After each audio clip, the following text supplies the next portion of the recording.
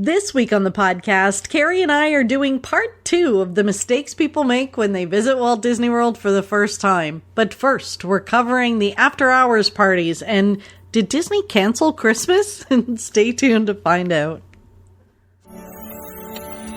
You're listening to the Pixie Dust Fan podcast. Hi, I'm Francine. And I'm Carrie. We're two best friends who can't stop talking, usually about Disney stuff. Sometimes we have fascinating guests, and sometimes it's just us. But it's always positive and fun. We're happy to have you join our chat. Thanks for listening, and let's get started. Hi, Carrie. Hi. We're both laughing because every time we try to start, or we're talking about getting started recording, your cats start singing in the background. I don't know if anybody can hear them. I'm sure we will. They're, what did you say? They're singing the song of their people. They're singing the songs of their people. That's what yeah.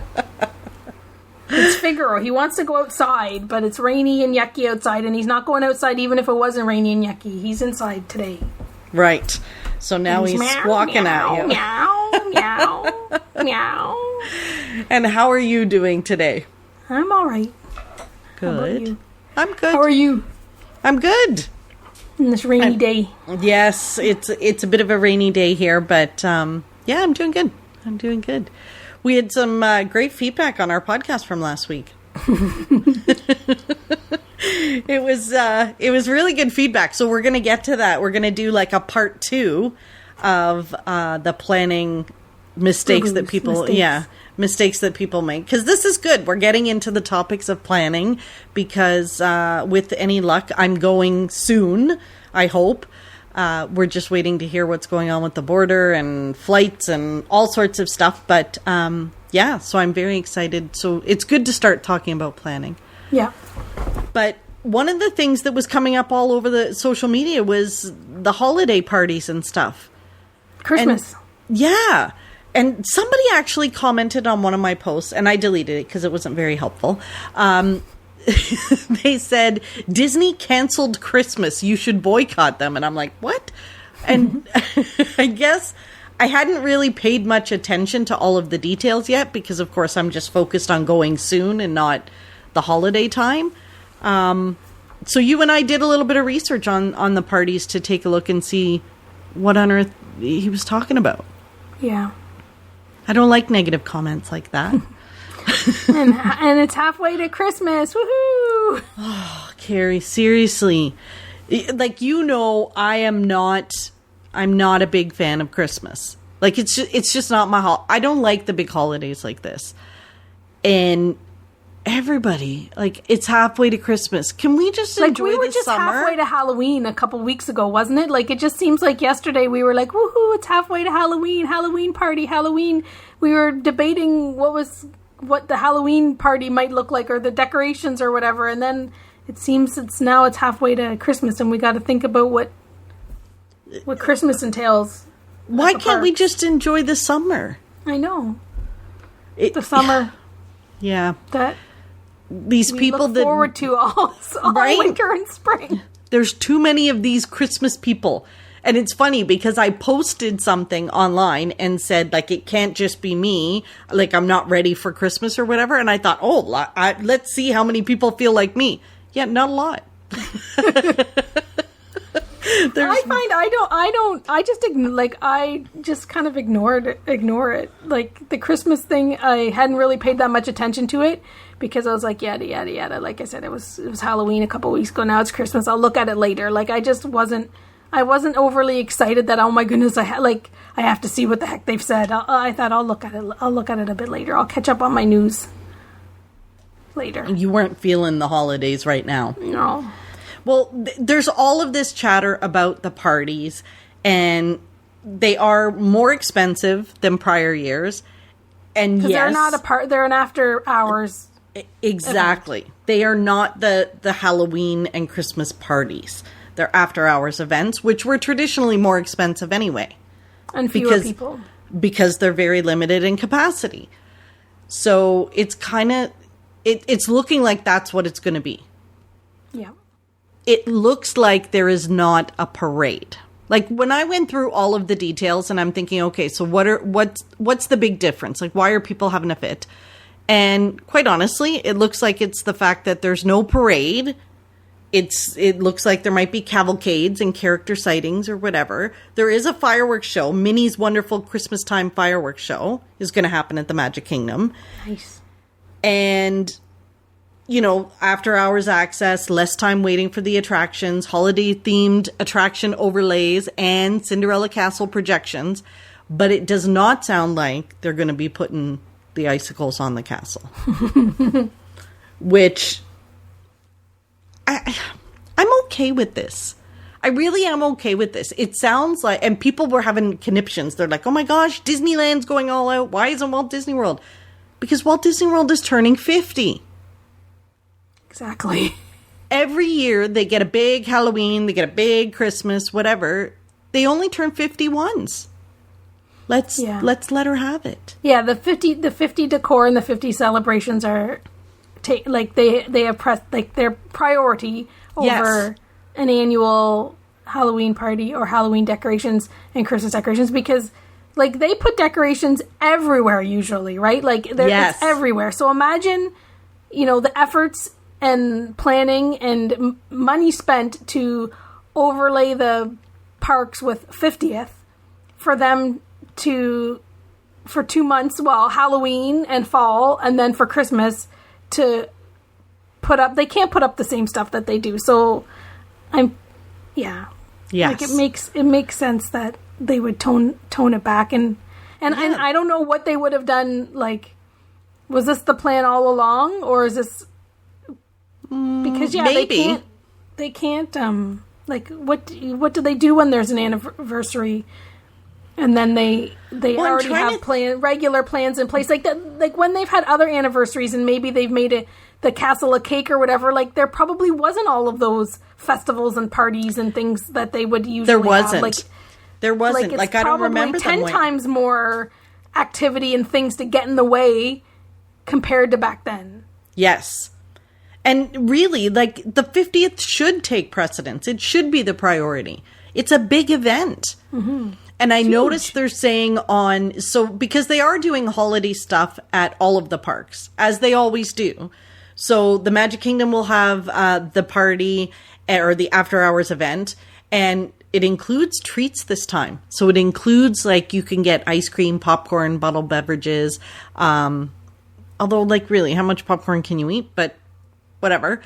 And there's going to be sort of holiday-themed PhotoPass opportunities, because those are always fun. But they are saying, so at Hollywood Studios, they're doing the projection show on the Tower of Terror. And I really like that. I think that's pretty cool. Yeah, it is neat. It's a nice holiday show, and I love that. And the Muppets are making an appearance in there, so that's good for you. And but they do say this holiday show will alternate with the tower's nightly transformation into a beacon of magic. So remember, the 50th, they're doing like these beacon of magics at each of the 4 parks. Then, so that has to take priority. So they're going to have to just alternate. They can't have somebody going in, like, you know, the start of December hoping to see the celebrations for the 50th, but they can't because they're putting a Christmas display on the Tower of Terror and they don't get to see the other one. Right. Like, people are going for the 50th. Like, that's a big deal. So even Animal Kingdom, you know, they're doing the character flotillas sailing down Discovery River. But the park centerpiece, the Tree of Life, becomes another beacon of magic most nights. Yep. So that's, you know, it makes sense to me. I'm good with this. They can't have these beacons of magic clashing with all kinds of other stuff. Like they've got to just keep the theme and everything on point. Like, again, it's her 50th. Yes. Let's celebrate the glory of the 50th for Walt Disney World. I'm so excited about it. But now so even at Disney Springs, though, the Christmas tree trail is coming back. That's cool. That's pretty popular. Yeah, so even though I'm not a Christmassy person, I do love that tree trail. It's pretty cool. The trees are really quite amazing to see. So and it's neat to have something a little different to do at Disney Springs, like special to them. Because you can go to all of the different hotels the deluxe hotels to see their Christmas trees and see their gingerbread houses and see all of that stuff. Yes. But that's a lot of effort to hop around and whatever, whereas you can go and see beautiful, fun themed trees and different things at Disney Springs. Like, I'm sure most people plan a trip to Disney Springs on their trip. They might not, plan a monorail resort hop or a deluxe hotel hop to see this or that, but a lot of them do go to Disney Springs, so then everybody can enjoy it. Absolutely. We did one year. We had a rental car, and we did a tour of a lot of the resorts to go see all their Christmas stuff. They do go all out, and they are going to do. They're still going to do a bunch of the displays at the resorts. So holidays are coming back. They are. They are. I think negative Nellies will be negative Nellies. Just tone down a little bit in the parks. Yeah. Or maybe it'll be toned down a lot, but like whatever, it's the 50th. Like I think when we lay our eyes on what they've done to the parks for the 50th, you won't care. You'll forget. Yeah. Exactly. You'll be just mesmerized. I can't wait. It's going to be so exciting. So we're planning to go mid-October. So we'll be reporting from the magic of the 50th. Mm-hmm. It's exciting. So I don't think there's anything else to cover on these holiday after hours. That's our view of them. I don't know if I'll buy a ticket. I don't think I will. Yeah. I don't know. We'll see. I'm more of a last minute kind of gal. I'll figure it out when I get there and see. But honestly, I think they're great for some of the PhotoPass experiences and for the after hours events. I love that you can walk on to the attractions. They're so good for getting on a whole bunch of attractions you wouldn't have got on before. And during the parties, that's not necessarily the case. And because of the parades and everything else with the parties, you didn't want to spend too much time on the attractions and miss out on the other stuff. So these after hours are really good for that. Mm-hmm. Would you buy a ticket for them? It depends. Probably not. Because I think it isn't a party. It's the parties, you go because the parade's amazing. Halloween is that parade's amazing. The fireworks are amazing. Yes. I buy a ticket just for those two things and to get some candy. So, no rides, anything extra beyond that is a bonus because I feel like at the value of seeing the parade and the fireworks. Parade. Yes. I watch the parade twice, see the fireworks, and I just love people watching. That's worth the price of the ticket. I don't know about going it. I'm not drawn to go in because there's light crowds. Yes. But if there was more, if there was photo ops and different things, then I might be more enticed to do it to one of these ones versus a regular old, after hours where the draw was really just low crowds and Mickey bars. If they're plussing it up with seasonal perks like photos and merch or whatever, then I would be more enticed to try one of these ones versus going the way they used to be. So yeah, for me the merch of the 50th is going to be it's going to be everything. I can't wait to see what they come out with the merchandise for this stuff. It's going to be nutty. I'm going to need a truck to get home. The Disneyland 60th merch was I don't even know how many pieces there were, so I could imagine it would be the same. There's just everything is going to be branded and maybe not as the 60th at Disneyland. A lot of things were bedazzled because it was a diamond celebration, but it'll be iridescent. Everything will be iridescent and shiny and sparkly, I'm sure.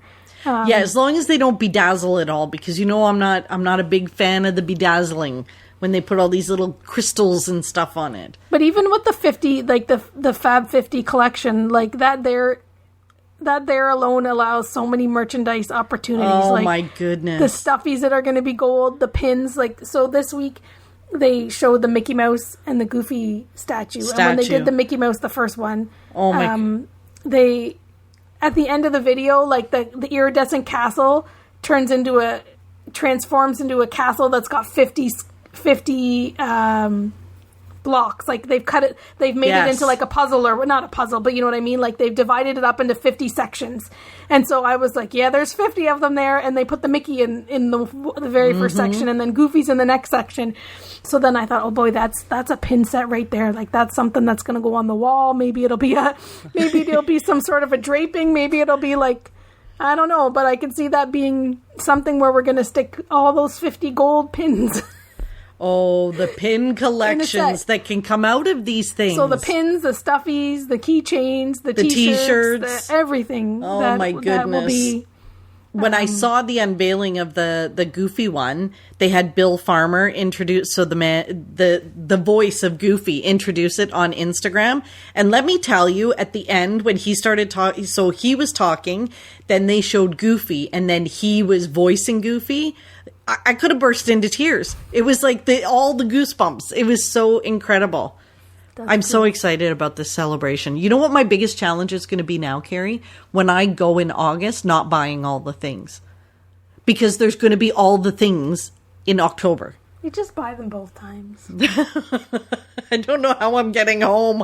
Buy all the things in August, and then there'll be the thing that will be awesome will be that in August you'll see all the stuff that you haven't been able to buy because it's been so long. Like the one thing with going to the parks a lot is that when you go and you see new merch, you get really excited because if you go often, you see the same stuff over and over again, and then you it's think, all the same. Like you go enough that you know that's like when something's new because you're like, that haven't seen that. That's brand new. That's brand new. That's brand new. So you're gonna have the brand new stuff and the fact that you haven't been for so long in August. So you're going to have to go bananas and just get your fill of stuff. And then when you go in October and then carry on from there, think of all the brand new stuff. I know. We'll see. Like, Carrie, how am I going to get this stuff home? We'll lose our marbles. But I'm sure there'll be for the Disneyland 50th, 60th, they had a store so I'm sure there'll be a hub somewhere where we can like go in and like faint or we'll be buying extra suitcases to get like everything down when we see all this lovely iridescentness. It's going to be incredible.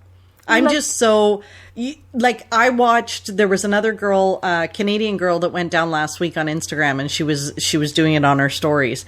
And let me tell you, I was so unbelievably overwhelmed and excited watching her stuff, and I wasn't there. She was tearing up in the plane when it was landing. And I'm thinking, is that where it's going to happen? Like, I'm going to have to chronicle it because I don't know when it's going to happen to me. Is it going to happen when I get to the airport? Is it going to happen when I get on the tram, at Orlando when I'm going to get my luggage? Is it going to happen? Yeah, I don't know. I don't know when it's going to hit me. Or is it going to hit me when I get to Bay Lake Tower and that elevator talks to me? Because that was the one that made me cry on the YouTube video. I watched all the Disneyland, Magic Kingdom, everything else. I was fine. They get in the elevator and it says first floor. I burst into tears. Yeah, I think it's going to happen a few times. You think? I might just be a bubbling idiot for quite a while. Yeah, I think so. Oh, yes. It's definitely planning mode. Mm-hmm. So that was kind of part 2. That's why we decided to do part 2. So the way that it all came about was we decided to do last week's podcast because I was going back and updating old blogs. So I had a blog I posted like a couple years ago, and it was, kind of stale content. I was updating it, and it was the mistakes people make, first-time mistakes. Mm-hmm. So we were like, oh, good podcast topic. After we recorded it, the day before that podcast released, I got an email from Huff Post, like the online magazine, asking for an expert's view on first-time mistakes. And I was like, what? This is so bizarre. So anyway, I sent in the quotes, and now I appear in the article as an expert. As FYI. An expert. Isn't that so funny? It's kind of hilarious. So anyway, so that happened. And then we posted the day it went live and said, what mistakes have you made?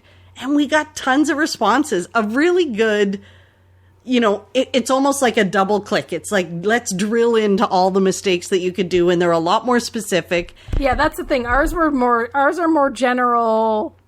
Like, you've never been, you don't know nothing, you like living under a rock, don't really know much about Walt Disney World, don't do these things wrong. The tips that we got here are traditionally more detailed tips that you probably would get from your travel agent or whatever as you're talking through this stuff, but they were so good that we have to share them. We have to share them. So part two. So this is part two. Yes. So the first one we got from Tammy was going the day after Christmas. Never even made it through the parking. It was so packed. So they went back home. So that's a big one that people don't really get. When you think, I remember thinking to myself, who on earth would go to Disney for Christmas? Like Christmas Day? Like, why would you? I'm a huge Disney fan, but I would never go because Christmas is at home with trees and turkeys and family. But lots of people do. The parks can get to capacity. Yes. So if you don't know any better, you may not even get in. To her point, they never even made it through to the parking. There's a tiered system at the Magic Kingdom that shuts the park when it reaches capacity. Yeah. You know what I always say to people when they ask about going over the holidays? And maybe this is completely not the best advice, but my advice is always, like, I always say, like, obviously people go to Disney over the holidays. Like, a lot of people, it's their family tradition, right? Like, they've got they do what they do. Maybe they go every single year, every other year. Like, obviously, like, the parks get to capacity. The locals come, people come on their regular annual vacations. But I'll always say, like, I don't know, like, I feel like that's who that time of the year is meant for. The people that go all, like to be a rookie and go during that week. Like, I'll say to people, like, I went a long time ago, my very, very, very, very first trip when I was in high school with my friend. We went at Christmas time, and we were in the parks on Christmas Day, and I don't remember being anything like that back then. But, like, from what I understand, I didn't know you were in the parks on Christmas Day once. Yeah, we went. Yep, for sure. We were absolutely there on Christmas Day. But like I said, I've heard, like, sometimes when it's really busy, like, you can't see the ground. And I go, I'm not exaggerating. Like, you can't see the ground. There's that many people that you can't see the ground. But I say, like, so many people do go, obviously, but I just don't know that if it's the best thing for a new traveler, like, to go your very first 1 week vacation and say, I'm going between Christmas and New Year's. Like, you really need to know what you're getting into. Yes. Whereas if you've been, and I've had people, like, that they say, oh, I'm thinking about going at Christmas. And if they've been, like, at least once or 2 or 3 times, like, you know what you're getting into. Like, you know what your family likes to do. You research what it entails, and it's probably not so bad but I couldn't imagine your very first trip, Carrie, landing on, like, Christmas, we're going to go from Christmas Eve to New Year's Day or whatever. And then, like, hitting, I don't even know, like, saying they hit a wall is probably an understatement. It's right? so, like, Carrie, it's so fun. I had a guy at my work years ago who came to me and he's like, I'm taking my family to Disney for Christmas. Never been, and I'm like, are you crazy? Like, don't do it, don't. And I did everything in my power to talk him out of it. I told him about the crowds, that he had to be at the park first thing in the morning or he wouldn't get in. They'd have to stay there, all of that. I painted such a horrible picture for him, and he went anyway. And then he came back, and he had, like, 4 kids, him and his wife. And it was the most magical vacation he'd ever had. He was like a Disney fan through and through. They got to the Magic Kingdom in the morning. They enjoyed the park. They waited in crazy lines. They ate the food. They did all that stuff. They were shoulder to shoulder with people. And he said he would do it again in a heartbeat. Yeah. And I was like, pretty cool. I don't understand. I can't imagine that being enjoyable, but I think it depends on the people that are doing it, right? Like, there's some, like, his family and their personalities and how they are and their fandom or whatever, like, however they operate works in that situation, right? Yes. Like, I don't know how many times I've heard people say that they've, their brother went to Disney and with his family, and it cost them, in Canadian dollars $1,500 or $2,000 for the day there, and like, oh, why would I want to go and spend all that money for one day there or whatever? Like, there's some people, they don't want to wait in lines, and like, just, it's no matter what, like, Christmas would never work for them. Or that one day scenario when you go and you spend all that money for your one day tickets and your food and your parking and your stuffies and everything you need for the day, and then you go back to your offsite condo and you're like, holy crap. I could have made a mortgage payment with what I spent today or whatever.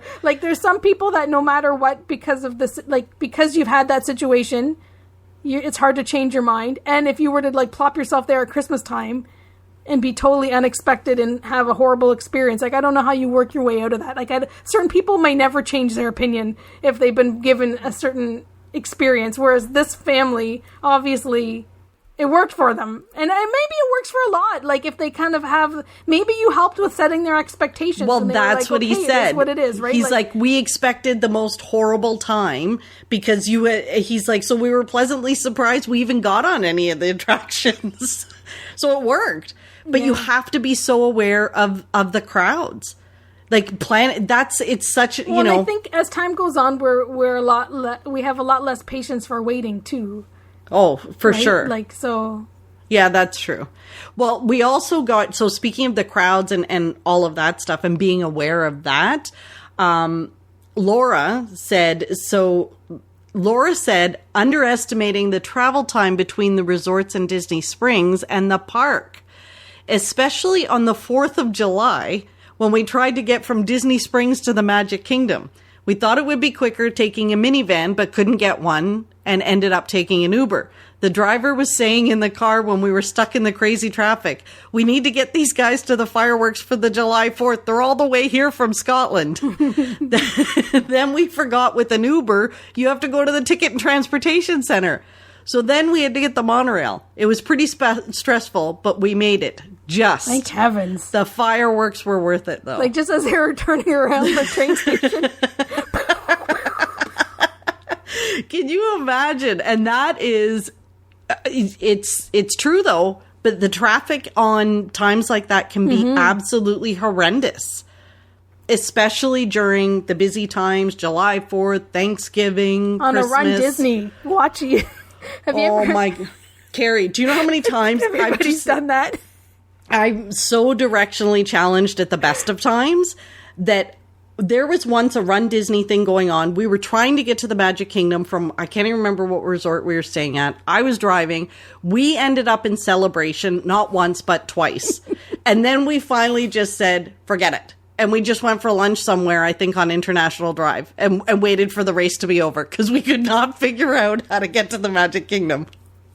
Yeah, I did it one morning. I was trying to get over to like Kona for breakfast or something, and I was like, and then we were in a cab, and I was like, this cab is gonna cost a lot of money as we're waiting and waiting.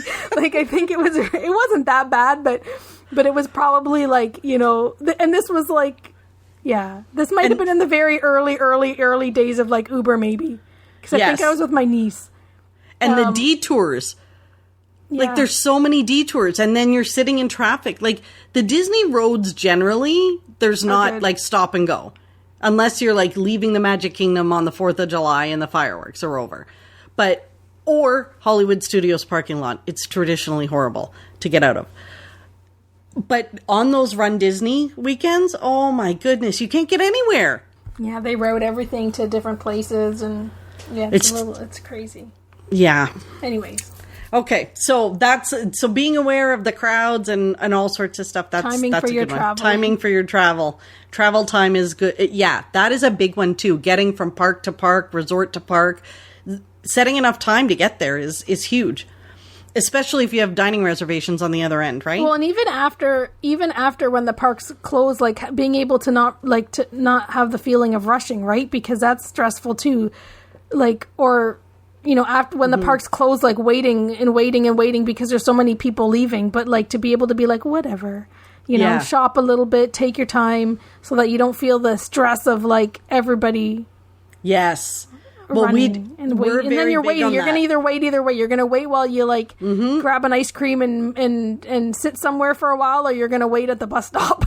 Yes, we either want to be out of the park before the end of whatever is going on before park closing, or we wait and let the masses leave and then we leave. We can't do that. Anyway, okay, so the next one that we got was from Aiden. Aiden said, on our first trip, we didn't bring proper shoes. Now we only bring broken-in sneakers that have good arch support, at least 2 pairs so we can alternate each day. It's the best way to avoid blisters. And that was our friend Aiden at Pure Magic. And he, which is so true, good shoes, like you cannot bring new shoes, but also when you get stuck in the rain. So, oh yeah, good point. Oh my goodness. So Carrie, I can tell you there was once we were there for, I think it was a Halloween party, and it was like a monsoon. I don't know what happened, but we were drenched. Like it was like we just jumped in a bath, went swimming that wet. And my shoes were not dry like 3 days later. Like we had them out on the balcony. We had them everywhere. Like 3 days later, they were not dry. And luckily, I overpack, so I had like 3 other pairs of shoes to choose from. But those were my really comfy shoes, so I was kind of upset. But absolutely, you need more than 1 pair of shoes, especially for that. Yeah. Can you imagine getting blisters on that first day and then having your feet all taped up and... Well, I can, because when I was a kid, for some reason, when you went to the parks, you got dressed up. So I was always in dresses and little dress shoes. Wow. Yeah. Stupid, right? Weird. It's so weird. I'm one of those people that wears Croc flip-flops in the park, and I know as I get older, those days are numbered, and my feet may not survive even now as well as they did in the past, but I'm a Croc flip-flop, like almost barely ever wear running shoes in the parks. Oh my goodness. I could live in running shoes. I have to live. Yeah. I can't walk in flip-flops. I would trip. I'd be flat on my face. I usually wear my Mickey Vans. Now they've got holes in them because I've worn them so much. I don't even know that I can really wear them, or my Croc flip-flops. You're going to have to figure out your shoes for your next trip. Yeah. Start breaking them in now because it's not far away. Denise from Pure Magic said, staying off property, never again. Yes, we concur. Definitely. Jennifer said, I did bring 2 pairs of shoes. The 1 pair I brought hurt my feet terribly, so I had the other one for a week. Next time, 2 good pairs. And something to wrap my feet in and my foot massager ball. So which is a good thing, right? You know, people have those, they're like the tension balls. And they use them to massage their shoulders, or you put them on the ground and you roll your feet on them, and it stretches out your feet. That's, and that wouldn't take up too much room in your suitcase. So that's a really good one. You know what else I think I usually joke with people too about their shoes? I'm like, and I'll say, you have to wear like bring comfortable shoes, don't bring new shoes, whatever. It's like, really, you do, like, if you don't understand how much walking you do when you're there, when like you bust your shoes, like you need to get new shoes when you come home, right? You're like those shoes, the rubber's worn, the old faithfuls that you brought because you knew they were going to be there for you the whole trip. When you get home, you need to go running shoe shopping because you've walked like 20 kilometers every day, 13 kilometers every day. The tires on your car, you've worn them down. It's done. Yeah, you need to replace them. Agreed. Wear them in at home, but you get to wear in your new shoes at home, not in a theme park. We had a lot of comments from the PMV gang. Jeremy at PMV said, be careful when choosing your Animal Kingdom Park outfit if you plan on riding Cali River Rapids. White is not your friend. You will get soaked. But he did say it is a good excuse to get a new shirt or pants or shorts. Not as easy to find pants or shorts at a theme park, though. The shirt for sure. And that's a good one. When you get wet, it is. Well, on Cali River Rapids, you either get like not wet or you get wet right through and through. So yeah. I don't know if there's any in between. No, and that's why you don't necessarily like it. You figured out the strategy for not getting wet on Splash Mountain, but there is no strategy to be had for Cali River Rapids. The beacon of soap to your undies. That's whoever in the boat is the beacon, which is usually me in the raft. Oh my gosh. Yeah. But it is a good excuse to buy. So I do the same in the winter time, like in the fall and like over the quote unquote winter in Florida. I generally bring like one sweater because then I have an excuse because I'll be cold one night and I'll have to buy another one. You see? Gail said sunscreen wiped off of the back of my calves from various seated rides. Oh. I got so burned. So reapply. Yes. Never even thought about that from the back of your calves. Because when you sit on those rides and it's all coming off and it's hot. The sun is stronger than lots of places you would be. And yeah, it would rub off, I guess. Huh. Reapply the sunscreen. Sunscreen is your friend. Sandy from PMV said, expecting my second child to love it as much as my first. It was a completely different trip the first time when we took him, and we've since had to modify our plans to make sure he's enjoying himself too. Mm-hmm. Not all kids will enjoy it the same way. Some might enjoy the attractions, some might enjoy the parades, some might just want to be back in the swimming pool. Exactly. They just want to hang out. In the boneyard digging all trip. They want to be back at Port Orleans, playing in the park that looks like the park that's like 3 blocks away from your house. But it's so much fun. But everybody else, gets to have fun at Disney World.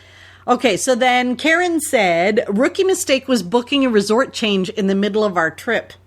The kids were cranky, I was tired and had to pack them and then unpack again. Lost pretty much the day to moving and getting organized. Even with Disney moving our bags for us, it was too much. I think that isn't, like, that kind of, I think, goes in line with, like, the first visit versus the later visits, too. Like, yes. When you don't want to waste a day if it's your first trip doing that. And again, and with kids it's different, too, because, mom's got to do all the work. Like, the parents have to do all the work, probably, and the kids want to go to the pool or go to the park, and you've got to deal with that for the whole day. And it really isn't a down day if you've got to worry about packing up and moving and unpacking. Yeah. For sure. It's a lot. And even for season travelers, like, we do split stays all the time, but it's more... Traditionally, it's because we can't get availability the whole time because I'm a last-minute booker. But split stays are hard, even for the most seasoned who have done it lots and lots of times. You have to check out by 11, and you can't check in till 3 or whatever. You've got that window in the middle. Then what do you do? Even with them moving your bags and stuff. It's definitely easier if you have your own vehicle. And I think it's easy if you are there for an extended time. Like, then you don't mind. Right? Yes. If you have a bit longer of a trip too. Because then your move day could be your relaxation day where you're going to go hang by the pool at your new resort or wherever you're checking into and stuff like that. Mm-hmm. But if this is one of your first few trips, moving resorts is never a good idea. Yeah. Just go again next time and say somewhere different. Yes. Rick said, my biggest mistake was planning out my entire day the first time I went to Magic Kingdom. It was stressful, and I was more focused on getting from A to B than enjoying being there and taking everything in. After that, when I just go with the flow and enjoy it so much more. Rides are going to break down, weather may delay shows or stop the rides. I've learned my lesson, and I enjoy it way more. That's good. So true. So true. And that's, like we say that, and I feel like people say, oh, yeah, you would say that, don't plan too much, blah, blah, blah, because you go all the time. But it's true. It really is. It can totally ruin your vacation if you plan. You know what I think, too? Like, if you, in planning minute by minute or thing, you'll miss the magic, but you still may miss things, and it doesn't mean it's not a guarantee. Even if that day works out exactly as you planned, I still think there's a big potential in missing, missing some things that would have been very good for your family, but you just didn't know about them or whatever because you were focused on, riding all of the big rides or whatever, right? Fitting your snacks and your this and your that and whatever, and like I think you can miss some pretty cool stuff. 100%. Doesn't mean it's going to be, you check everything off the list. Yeah. Cindy said this, I felt bad reading this one. Working too hard days before we left. I pinched my sciatic nerve and had to be pushed around in a wheelchair the whole trip.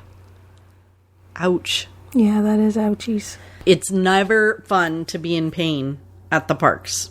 To kind of tie it into like the over planning and the everything, like a million things to do in a day and like going crazy morning till night, is that when you come home from this trip, like the little kids may bounce back, but like you've had this pressure of like this intense itinerary.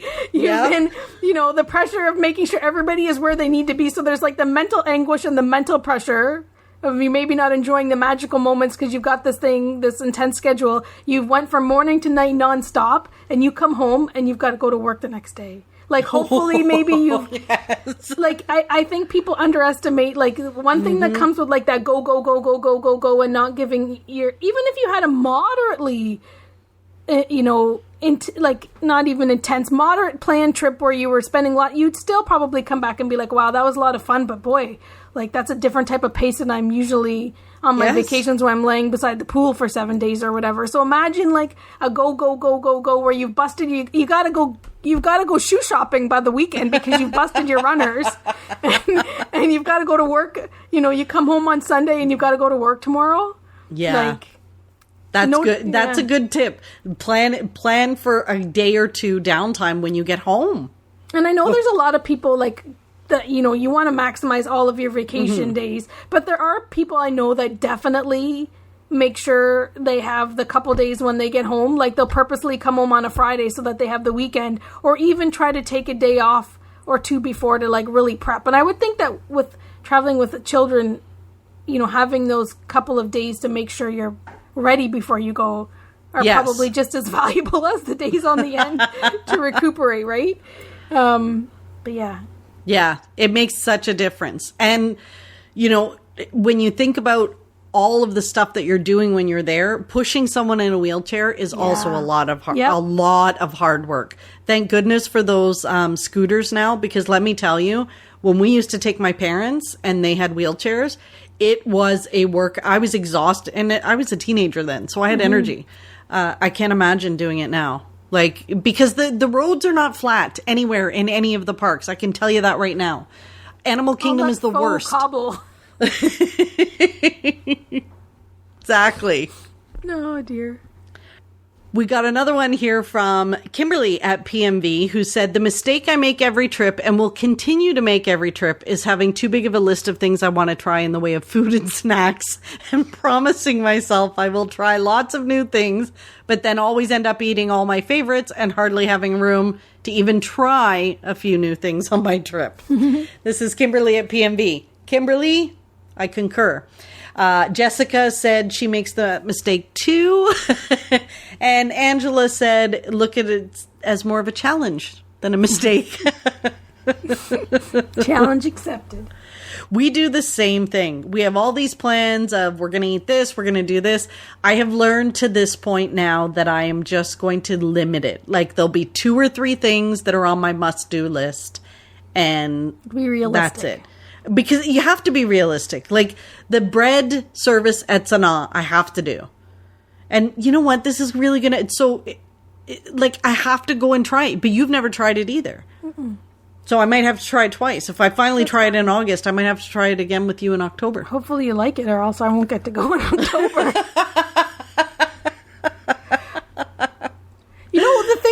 the thing with going towards your favorite things, but it's not like it's totally being a creature of habit. Like you get in the park, you're hungry, like you're not necessarily thinking about what I've got to try something new. Like you go, you grab that pretzel, and then like 15 minutes later, you're like, you walk by the thing that you wanted to try, and you're like, oh yeah, I just had a pretzel. I know. It's not it's not even that we're like self-sabotaging. It's just our internal like habits or whatever. We're not even thinking. We're just take over. We're just like, oh yeah, we're hungry. We walk in the park. We better get something to eat before we start walking around, walking from here to there. Oh, let's just grab let's get a carrot cake cookie and a pretzel. Okay, yeah. And then, or we get a drink or whatever. And then you're like, oh, but I wanted to try that, boba ball thing. I wanted to try that iced coffee. But meanwhile, you've got a pretzel and a Starbucks in your hand and you're like, oh, dang it. I'll have to wait till later. And then I'll come back. And then we never come back. And then we'll get that next time. We'll get that later. Yep. And then you walk past the nachos in Mexico on your way around and you get your and then you're like, oh, dang it. We were going to try the whatever here tonight. Oh, but we just had nachos. Yeah. Dang it. It always happens. Always happens. Nuala said, bringing the ex to our first ever Disney trip. That's a mistake. I guess, though, at the time, they weren't an ex. But that's the memory, I guess, you have of your. That's the, it's funny because I have a few trips with exes. I have a few exes that have enjoyed a Disney family vacation with me, and after time, it's easier to look back on them. There are some pictures in the Magic Kingdom with heads cut off. I want some of those. I think you need to do an album of them. Oh my gosh. So I think it wasn't long ago that I showed you. There was one ex, we went, I want to say, I don't know when, but they had this PhotoPass opportunity where you could go and get the two of you in like a wedding magazine.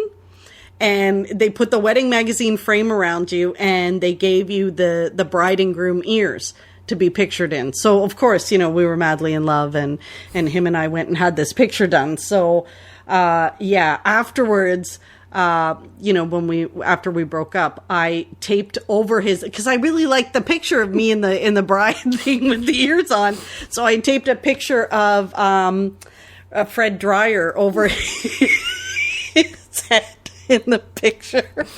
I still have it. That's the best. Yeah. So that's always consider that when you're taking your partner to Florida. If they're going to be around for a long time or you're going to be cutting off heads, make sure that they're not standing in front of the castle because it's hard to get around. Well, that's the thing. Like back in the day, you could just rip pictures in half, or you could put stickers over top there. You open up that album and you could put cut out your favorite celebrities and put the Harrison Ford faces on top of them. But now you either got to delete that file or you have to have some pretty good photoshopping capabilities. Exactly. It was a lot easier back or you just lose all the memory, just delete, or you keep them. You either keep them, you delete them, or you need to be a Photoshop master.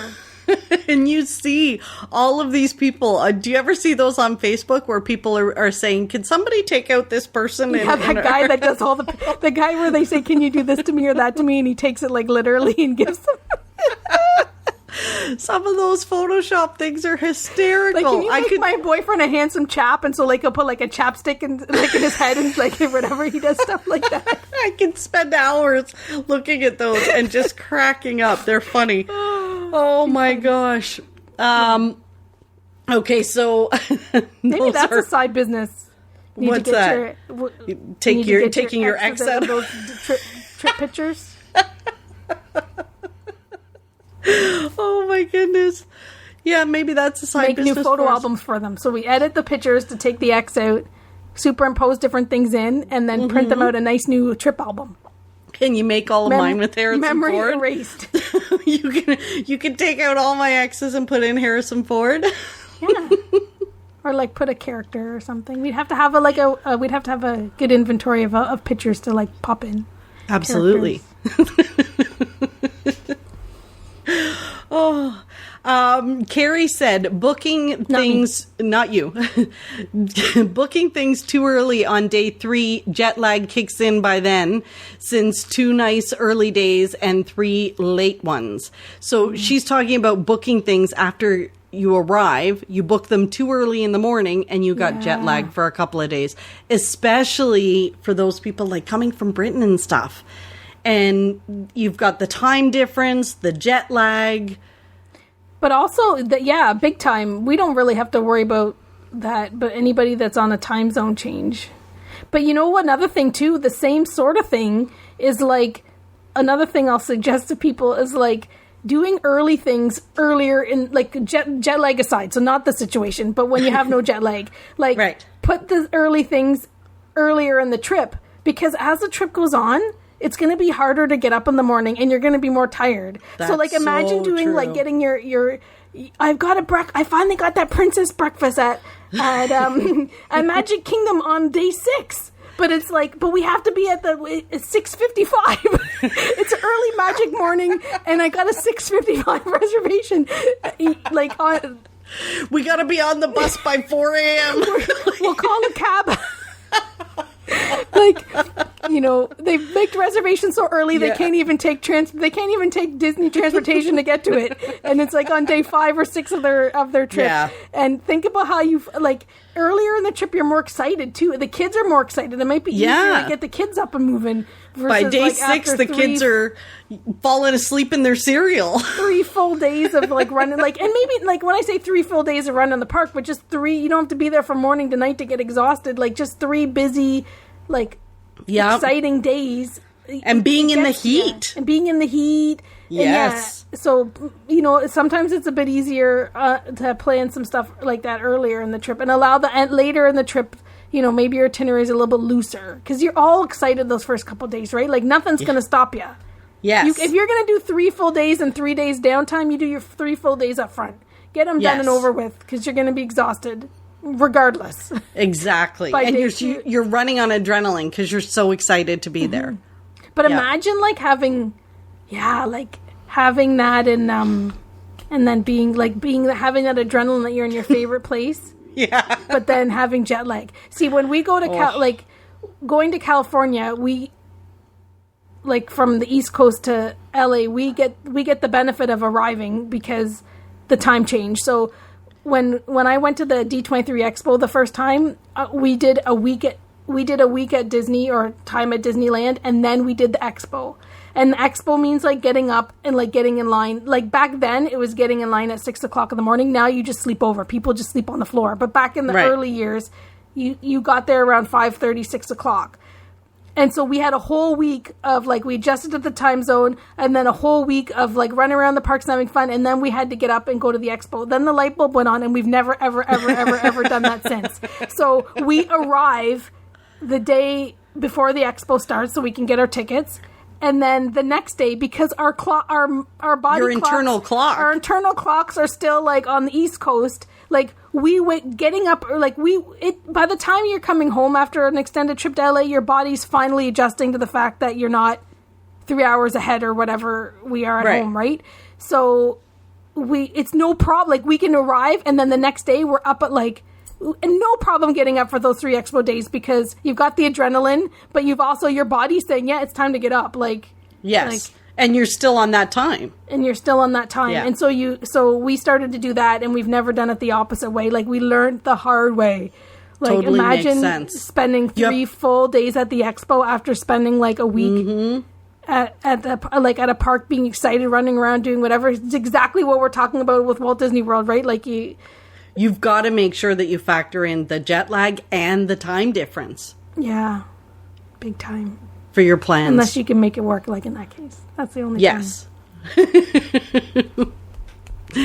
Yeah. I always find, and that was my issue when we used to drive down, is we would drive so much that, like, you're exhausted. When one year we drove down for a cruise for my sister's birthday, and it was the 4 sisters, and we drove straight through. But it was only 2 of us that really did the driving. We were exhausted by the time we got there. We drove 22 hours straight. Yeah. No sleep. The other 2 slept in the back.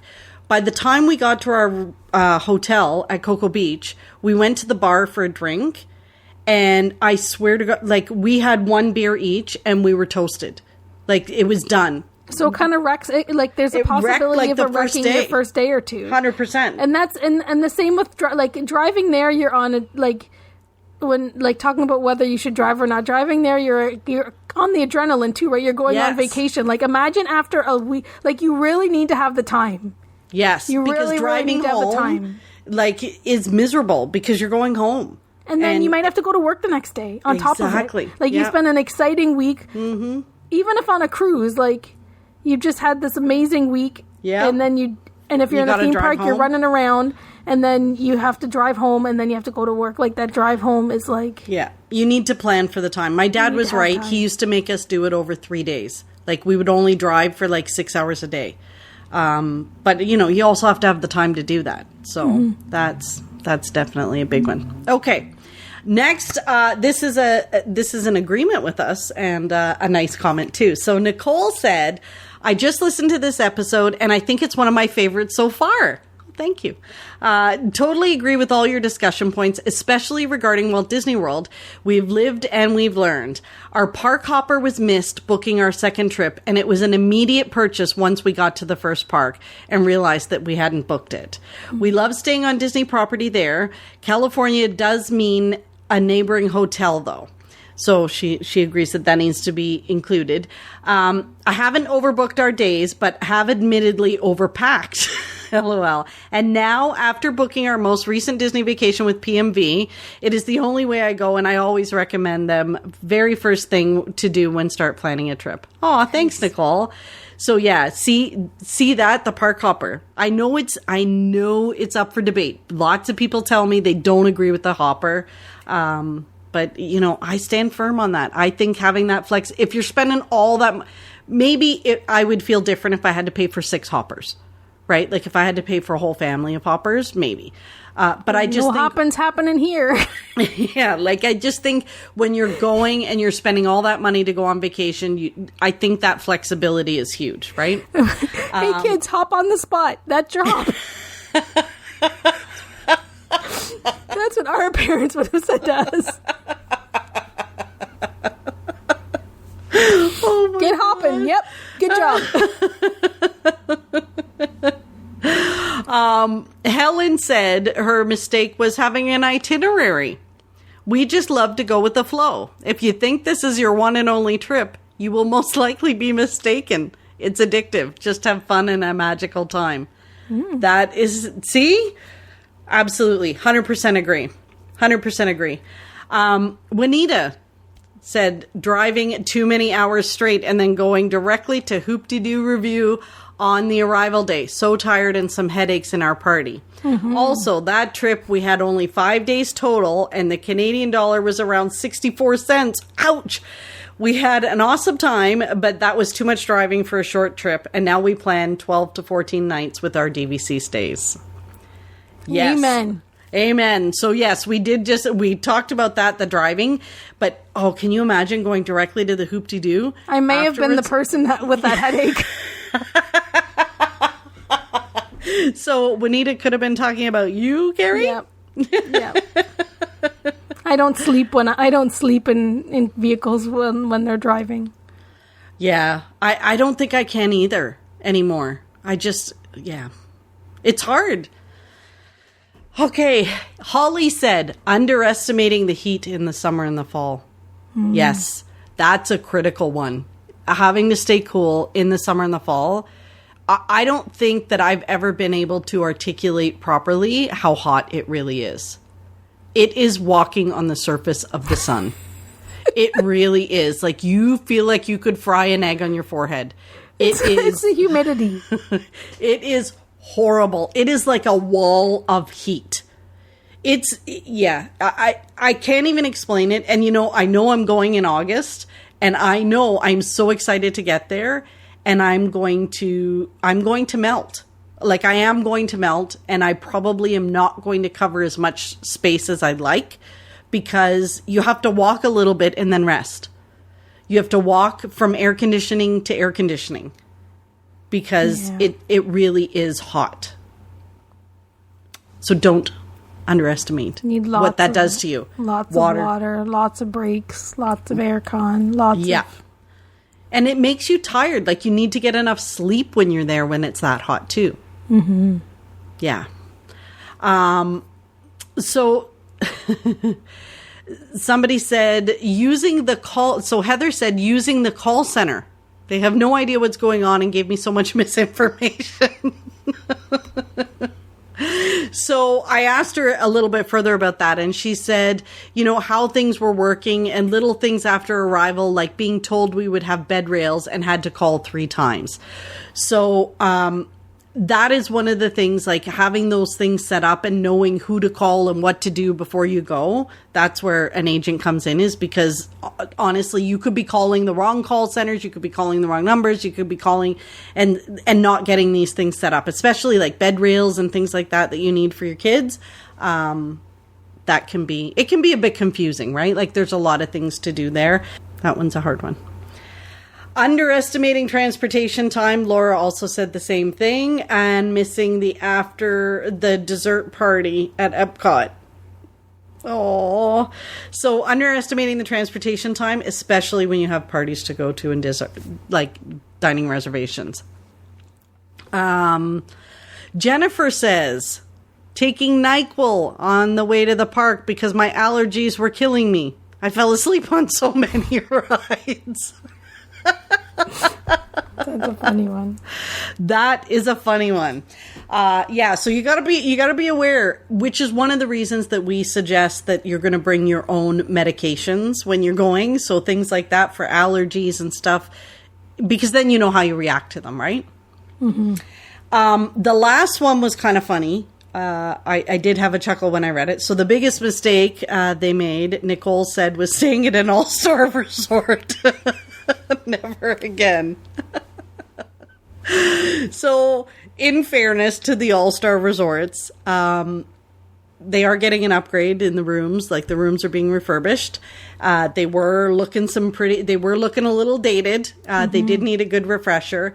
And I think the other reason that the all-star resorts get a bad rap is because a lot of the tournaments or tours or events, like, you know, if the cheerleaders go down or a football team goes down or whatever, they generally stay at the all-star resorts, which I think is what gives them a bit of a bad rap. Yeah. Because there are so many kids that are there and excited to be there that it's a bit loud. Well, and I think with those groups too, I think there are 3 resorts that are beside each other too, so it might have the air of like just feeling busier too, because they're like right smack dab beside each other and they kind of run into each other sort of. But I think when, like, you'll hear often people say like there was cheerleaders practicing or tumbling like off in the distance on the grass, and like lots of kids like doing group things together, which probably wouldn't happen if they weren't like a lot of groups going there for sport things or whatever. So like, you know, pick up games of practicing soccer and things like that happening. And I've definitely heard a few times from people like the cheerleading story, right? Like, you know, you hear in the distance all of the throwing and yelling and cheering and all that stuff. For sure. So yeah, they do get a bad rap, but that one kind of made me laugh. But that was all of the tips that were submitted by other. I had so much fun reading them, Carrie. It was fun to see them come in, and I think we kind of dove a little further into. We got a few new good ones to add, and some funny ones too. Absolutely, this was a good one. This was an absolute ball to kind of go through, and I enjoyed chatting about all this stuff again. Me too. Cool. Now, of course, we're at the part of the podcast where we share our pixie dust. Mm-hmm. We do have some shared pixie dust. I think we just need to call this shared pixie dust when it happens, because it's not fair that one of us gets to use it as pixie dust when it's really, you know, directed at both of us. So we did get a note from Amanda in Pennsylvania who said, "Hey ladies, I am a new listener to the pod and I am loving it. I just wanted to pass along gratitude to both of you for making my commute to the unmagical job more magical. I thought of you both while getting ready for my youngest daughter's 2nd birthday. Mickey Mouse themed, of course. Fran, you and I share a love of cupcakes. Thanks for all you do to bring more pixie dust to the world." Thank you, Amanda in Pennsylvania. I'm glad you're listening, and I hope that your commute was a little easier this week listening to us babble on about planning mistakes. Mm-hmm. We love getting that kind of feedback. Yeah, we love it. People, make sure you're leaving us reviews on the podcast players and sending us notes of what topics you enjoyed and what topics you want us to cover next. We'd love to hear it. Yeah, like we never thought we'd have so much feedback on that one that we'd be able to talk about it for the majority of the next episode. But there were so many good things. Yeah, there were. 100%. Okay, Carrie, what was your pixie dust this week? Well, my pixie dust this week was I got to cat sit my friend's cat this week. So I had to go visit the little furball Milo every day. And it was nice to get away from these cats here, let me tell you. Like... You know, over here, jealousy? They're just like, meow, give me some treats. Meow, where's my food? Meow, have you scooped my litter? It was nice to go over and see a cute little cat that was just like, meow, where's my food? But it was a different meow. It was a different meow. It was a different little cat. It was a different meow. And a big fluffy cat. There's a big fluffy cat. There's nothing fluffy about any of my cats. Most of them are wearing tuxedos. They're always dressed to the nines. So it was a fluffy cat, just a different cat, and it was nice because I love cats. So I love that I got to spend time with. You love cat, really? I love kitties. So I got to spend time with a different kitty. So. And it was a cute. It was a cute cat. You did send me a picture of the cat. Yeah. It was good. So that was my pixie dust. Some cat love. Cats. Nice. So what about you? What's your pixie dust? My pixie dust this week was I finally got back to the hairdressers to get this treatment that I get done every once in a blue moon because it helps fight frizz in my hair. I know it sounds really vain and crazy, but you know what? It makes me feel good. And given that it's going to be so humid when I get there in August, I thought, why not treat myself? So I did. And you know what? It was fun just being at the hairdressers again and chatting with them all and see. I've been going to the same hairdresser for like 30 years. So it was nice to see them and chit chat and hang out. That's cool. Yeah. It's kind of like seeing old friends and yeah, it was fun. Nice. It was fun. Well, Carrie, this was fun as always. And we appreciate everyone listening. Send in feedback, episode ideas. Even if it's stuff you don't like, you can send it. Hi. Yeah, a message to say hi. Send pictures of your cute cats. Yeah. Send them to @Muppet Crazy on Instagram.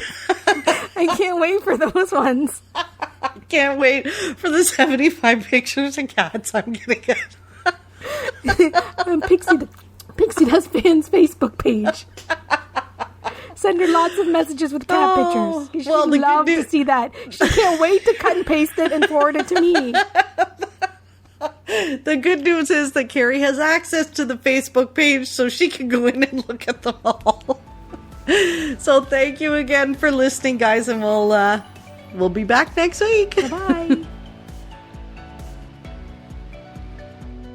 Thanks for listening to the Pixie Dust Fan podcast. We hope you enjoyed the episode.